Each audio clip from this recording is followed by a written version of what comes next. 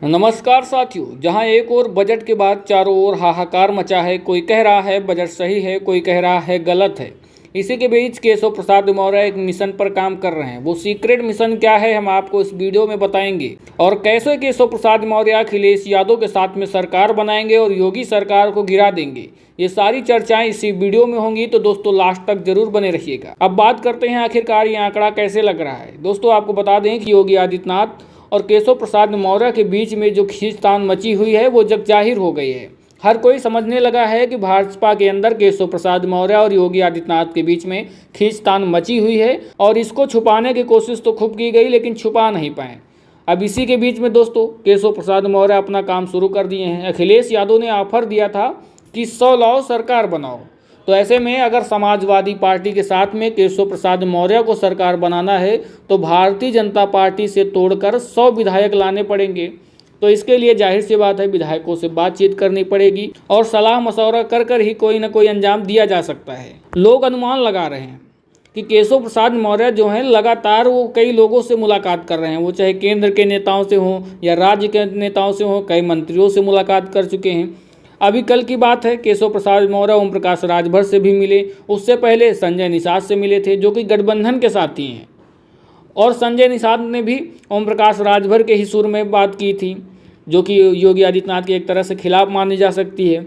और उसी तरह ओम प्रकाश राजभर ने भी केशव प्रसाद मौर्य के समर्थन में बात की थी। तो वो भी अभी राज्य में मंत्री हैं। तो ऐसे में जो मंत्री लोग हैं और दूसरी पार्टियों के नेता हैं उनसे केशव प्रसाद मौर्य मुलाकात करके कोई ना कोई समीकरण जरूर बना रहे हैं। आज की बात करें तो आज भी केशव प्रसाद मौर्य जी ने लखनऊ के कार्यालय में विधायक उमेश द्विवेदी, गौरी शंकर वर्मा, भगवान सिंह कुशवाहा, देवेंद्र प्रताप सिंह और पूर्व विधायक ममतेज साथ इन लोगों से शिष्टाचार भेंट की है। और इसके पहले वाराणसी की जिला पंचायत अध्यक्ष पूनम मौर्य और सहारनपुर से जिला पंचायत अध्यक्ष मांगेराम चौधरी, इन लोगों से भी मुलाकात की है। और इससे पहले ओम प्रकाश राजभर से मिले थे। तो ऐसे में लगातार जो मुलाकातें हो रही हैं अलग अलग नेताओं से, अलग अलग क्षेत्र के नेताओं से, खास करके पिछड़े समुदाय के नेताओं से, और कुछ ऐसे नेता होते हैं जो अन्य भी समुदाय से होते हैं लेकिन उनसे पकड़ अच्छी होती है। जिन नेताओं से लगाव ज़्यादा होता है उनसे मुलाकात की जाती है। तो ऐसे में केशव प्रसाद मौर्य लगातार अलग अलग क्षेत्र के नेताओं से मुलाकात कर रहे हैं।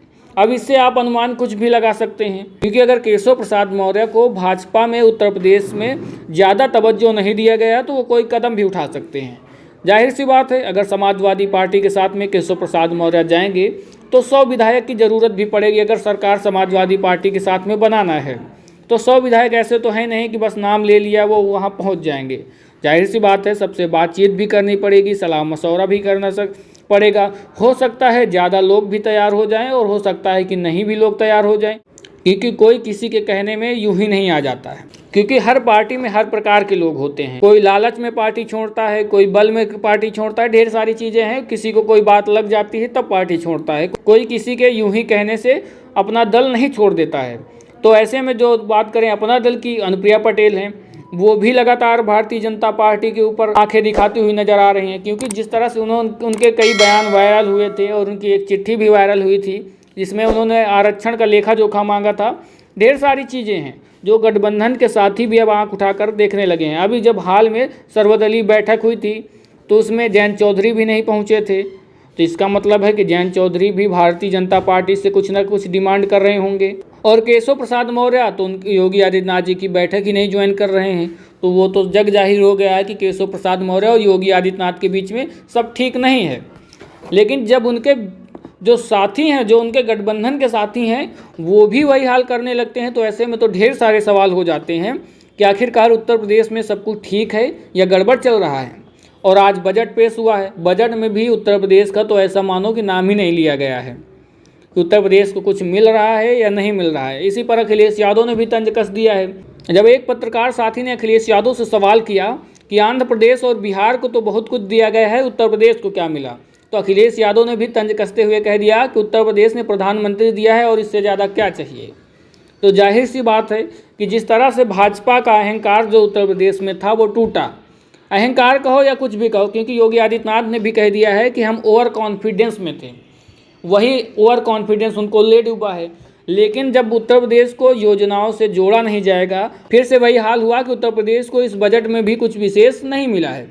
ऐसे में ढेर सारे लोग कह रहे हैं कि ये जो बजट है वो गठबंधन और कुर्सी बचाने का बजट है, क्योंकि जो गठबंधन के साथी आंध्र प्रदेश के हैं और बिहार के हैं वो कभी भी पलट सकते हैं। तो ऐसे में उनकी मांगों को पूरा करते हुए उनके जो राज्य हैं वो बिहार है और आंध्र प्रदेश को स्पेशल पैकेज दिए गए हैं। उन पर ढेर सारे पैकेज ऐसे दिए गए हैं जो किसी दूसरे राज्य को नहीं दिया गया है, खास करके आंध्र प्रदेश और बिहार को दिए गए हैं। तो ऐसे में क्या साबित होता है कि जो लोग गठबंधन में मोदी जी की कुर्सी बचाए हुए हैं, उनके जो साथी नीतीश कुमार और चंद्रबाबू नायडू, सिर्फ उन्हीं लोगों को स्पेशल पैकेज दिया गया है, यानी कि जहां पर उनकी सरकार है। क्या ये सवाल सही है या गलत? लेकिन 37 सीटें भाजपा और एनडीए के गठबंधन को उत्तर प्रदेश से भी तो मिली हैं।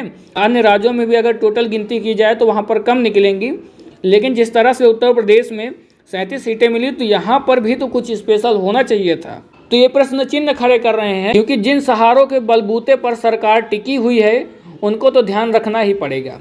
अब केशव प्रसाद मौर्य किसी तरह से भी जुगाड़ में लगे होंगे, ऐसी खबरें आ रही हैं। लोग कह रहे हैं कि केशव प्रसाद मौर्य फिराक में लगे हैं कि एक बार 100 विधायकों की व्यवस्था हो जाए। अगर 100 विधायक भी केशव प्रसाद मौर्य के फेवर में आ जाते हैं तो वो अपने तलखी जो दिखा रहे हैं, अभी भी दिखा रहे हैं, लेकिन अगर 100 विधायक भी उनके फेवर में आ गए तो ऐसे में वो भाजपा को दिखा देंगे कि आखिरकार केशव प्रसाद मौर्य चीज़ क्या है।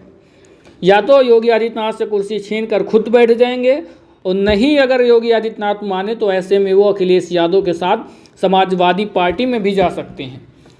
लेकिन जाहिर सी बात है, जो मानसून ऑफर अखिलेश यादव चला रखे हैं वो 100 विधायकों की डिमांड कर रहे हैं, तो वो 100 विधायक तो पूरे ही करने पड़ेंगे।